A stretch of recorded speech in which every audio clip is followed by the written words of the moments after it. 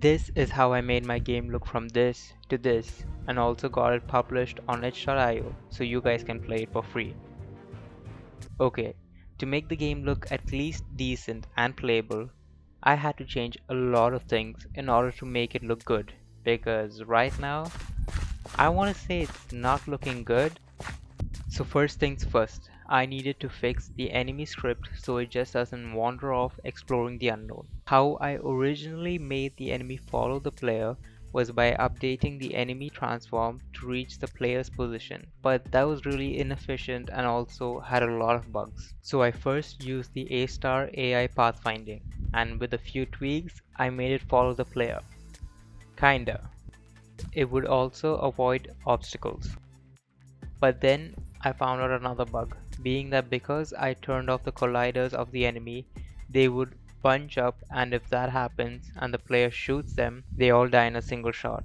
So the solution is simple, just turn on the colliders. But when I turned it on, that brought out another problem, which was some of them would avoid the obstacles, but some, if their colliders touched with, say, the bushes, then they would get stuck.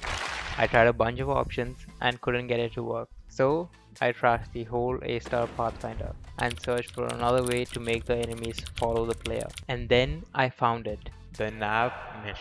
With this, it basically maps out the area where the enemies are allowed to walk on, and also it creates a path quickest to the player.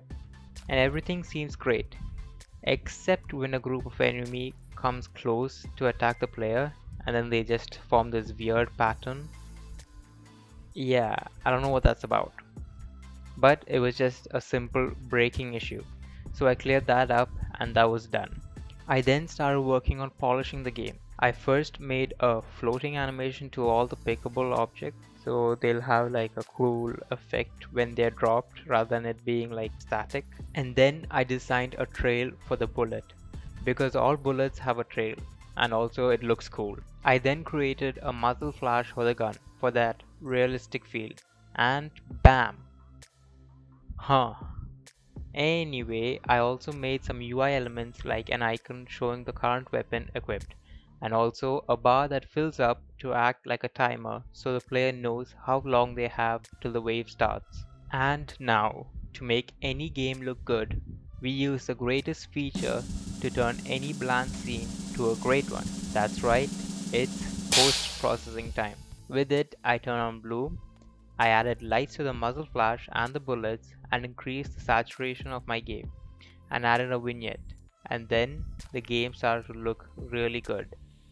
I then designed few character skins you can buy from the shop, and also created a base stats upgrade system so you can start the level with higher stats and survive longer and get a better high score. You can then upload the high score to the leaderboards, which was made by this awesome developer ZQ. It's a free to use asset and easy to implement. I then cleaned up some of the UI menus and created a tutorial so the players would know how to play the game, and then I published my game on itch. Okay, so now you're probably wondering, why did it take me this long to publish my game? And after it's been like 3-4 months, you would think the game would have been a bit more better, or at least a lot better. Well, I can give you excuses like I had classes or projects to submit, but really I was just procrastinating this project. I did have plans to make this a multiplayer game, or even at least make a version for mobile, but the thing is I have a few projects that I have planned and I didn't want to spend too much time on this one. But trust me, I'll be working on better games in the future, and hopefully it all works out and I can share it with you guys. So please do support me by subscribing, and if you've enjoyed the video then leave a like. Also comment down what you think about the game and your twists and features you would implement. Anyway, thanks for watching, see you next time.